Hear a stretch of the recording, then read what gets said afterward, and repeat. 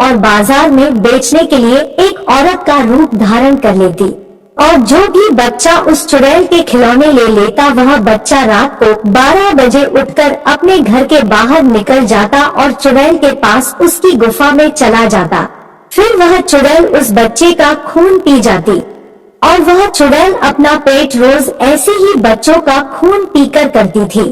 फिर एक दिन मोटू पतलू से कहता है, पतलू तुम्हें पता है अपने गांव में एक आंटी जी आती है, वह बहुत अच्छे अच्छे खिलौने बेचती है।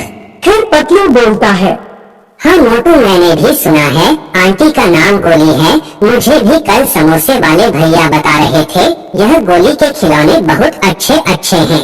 पतलू अपने लिए गोली आंटी के वहाँ से खिलौने लेकर आकर खेले क्या आज?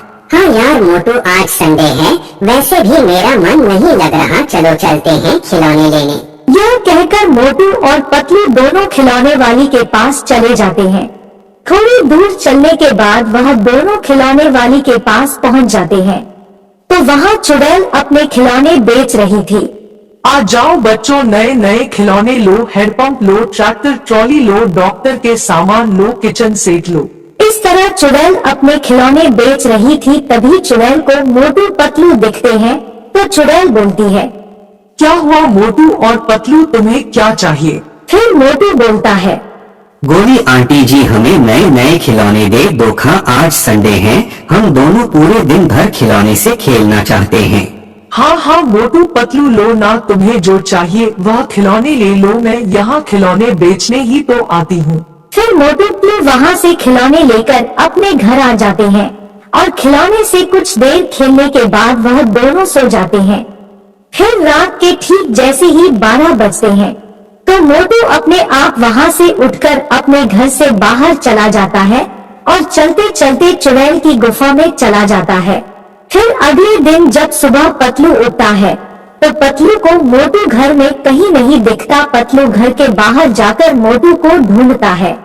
पतलू कुछ देर मोटू को ढूंढने के बाद एक बच्चे से पूछता है, अरे भाई टोनी, तूने मोटू को कहीं देखा था क्या?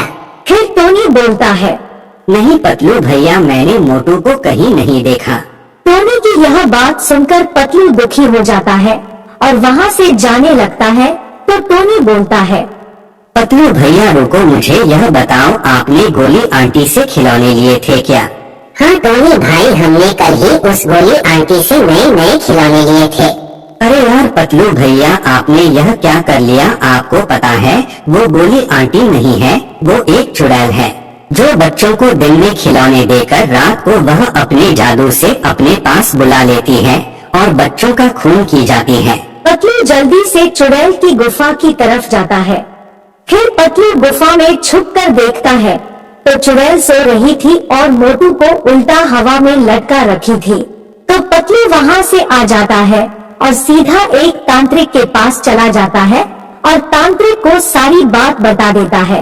तो पतलू की सारी बात सुनने के बाद तांत्रिक बोलता है, पतलू बेटा, तुम ऐसा करो, उस चुड़ैल से जो खिलौने लिए थे तुम उस एक खिलौने को आग में जला दो तो चुड़ैल अपने आप मर जाएगी, क्योंकि चुड़ैल की सारी जान उस खिलौने में है। तुम जैसे ही खिलौना चलाओगे उधर मोटू अपने आप सही होकर अपने घर आ जाएगा। फिर पतलू जल्दी से अपने घर जाता है और उस खिलौने को जला देता है।